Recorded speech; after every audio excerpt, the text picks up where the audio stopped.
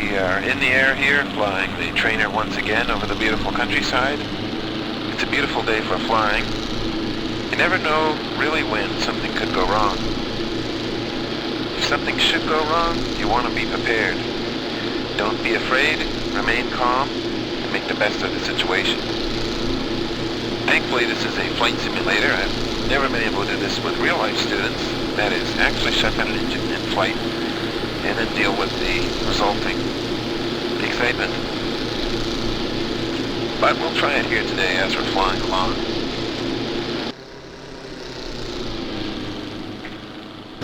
We're flying along here at 3,000 feet, enjoying the nice countryside, and we're going to keep ourselves nice and level. And what should you do if an engine fails? Well, the first sign of an engine failure would be either low oil pressure or high oil temperature. Perhaps engine roughness. If the engine was rough, you could always apply carburetor heat and see if that clears it out. If that does not clear it out and the engine continues to run rough, well, you'd want to change to either left or right magnetos. Now, in some of the newer aircraft, you will find that option. However, in the basic trainer, we do not have that option. If the engine should be rough or anything like that, fly and go to the nearest airport. When you fly, always look around for the possible landing site. Someplace that would be safe and easy to make an emergency landing should you have to.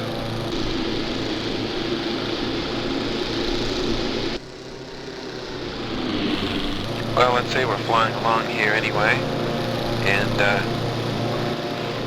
let's say we're going to look down below and take a look at some nice scenery, as we have. And you just never know when something could go wrong, when silence set in. Uh-oh, something's wrong. The engine just failed. Not a pretty picture. It's frightening to see an airplane in flight with a prop that's stopped. Well, the first thing to do is to roll the plane out nice and level. The second thing to do is take a trim and trim it up. Just hold your left bracket key down, bringing the nose up, and trim it to the best glide speed. The trainer has a wonderful glide speed of 70 knots, making it have a very strong glide ratio. At 3,000 feet like we are, with a 10-to-1 glide ratio, we ought to be able to glide at least, actually a little bit better than that, but from 3,000 feet we can glide upwards of about 5 to 6 miles, depending on the exact conditions and our weight. As you can see, there's no need to panic. Our sink rate is minimal. We've only got half tanks of fuel on board today, and we're only decreasing at about 300 to 400 feet a minute. Not bad at all. Second thing to do, find a place to land. Now, your best glide speed is important. Don't let your speed build up or you're going to lose altitude. You can't get it back. Remember, the most useless thing to a pilot is the altitude above you. Alright, so we're looking around now in all views, searching for that possible emergency landing site, wherever it may be. I see several possibilities. There's a field over there. There's a big field over there. Off to the right, it looks like there's a series of fields as well. Don't hesitate in banking the plane a bit, just to make sure there's nothing really good under you. Well, there is a pretty good spot underneath me. Looks like a nice field there. Looks like all I have is fields. There's a better field right over here. I'll position that field just above the number 1 VOR receiver. I think that looks like the best place to go. Checking the surface of the field, looks like it may be smoothly plowed with very little hazardous material in it. Once again, I'll look out all angles just to make sure that I'm not missing anything better. There's a huge field behind me, but that's pretty far back. Let's take a sure thing here and not gamble with something too far away.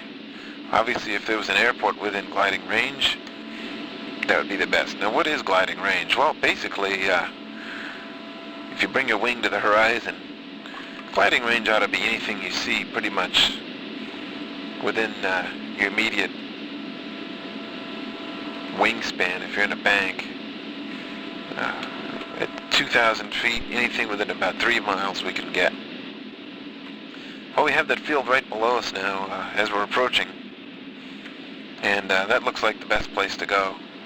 So let's set up a normal traffic pattern. Treat it as if it was an airport. Don't treat it as anything less. Make sure there's plenty of room to land. And before we go ahead and ditch our perfectly beautiful aircraft into a field which is likely to result in some aircraft damage, let's try to restart the engine again.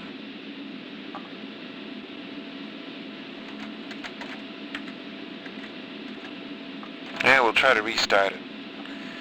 In this case, I'm simulating inability to start it. Didn't work again, we'll try one more time.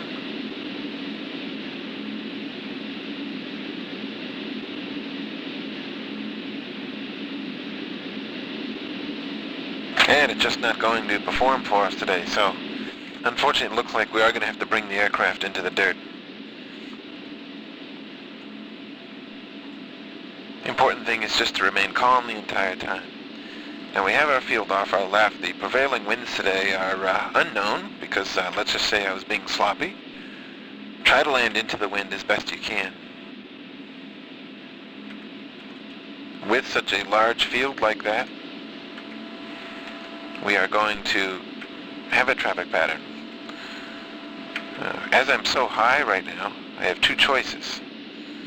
I can land straight ahead into that field, or make a left downwind entry as if it was a normal landing. Let's go ahead and make a left downwind approach. Still, we're losing such little altitude.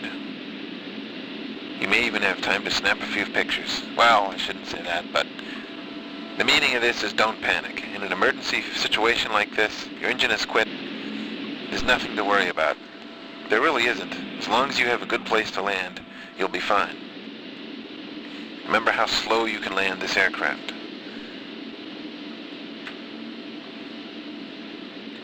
Now, once you're comfortably set up on the downwind like this and nobody's panicking, call on the radio, make an emergency broadcast. You want to put in 121.50. And in Flight Unlimited, you can hit the space bar and declare an emergency and get vectors to the nearest airport. But we don't have time for that. We're down to 1,500 feet now, and we have a good field in sight, so we're going to bring it on down to this field. We're on the downwind. We're going to treat it as a normal landing. Remember, most landings in a light aircraft like this do not require much room at all, and so we're going to add a notch of flaps. You want to make sure that you treat it as a normal landing. You want to minimize our ground run. Now, we have an ideal space here. It's nice that we don't have a super short field to have to land in. Now, this is obviously an ideal situation for an engine failure. It's a beautiful day, and there's a wonderful place to go to. It doesn't always work that easy.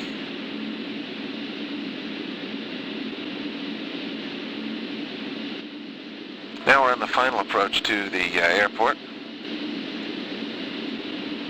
Here we go. Now, as we find ourselves high like this, we're going to add another notch of flaps. I'm going to do a side slip. I'm going to enter right rudder, bring the left wing down, add a lot of drag to the aircraft. I want to make sure that I can start a descent. I certainly don't want to float to the other end of the field. If it looks I'm a little high, like I am, why don't I do a little S-turn or try to increase the distance I have to fly just slightly. You may find yourself high in an emergency, and that's just as bad almost as being low, because you have to prepare for it. I'm still side-slipping here, trying to make sure that I don't use up too much room. Now, the bad thing is, as you get low, you'll notice the field is not as smooth as it looked. I noticed there's a massive hill here. So unfortunately, it looks like we're going to be landing downhill into this field. Lower my left wing and add right rudder. Still side-slipping. Look for any bumps or possible things you could hit. And it does look like we have a ridge ahead of us, a slight hill, so this could be rough. Hang on. Unlock your door now. Here we go. Made a good landing so far. Still bouncing. Oh my God. There we go over a cliff. Hang on. Keeping the nose up. Add some brakes if you can. We don't want to keep going too far. Oh, right at the edge of a cliff. Whew.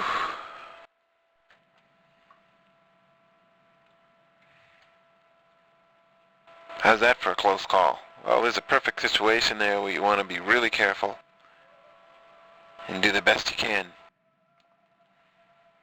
This will conclude the emergency landing lesson.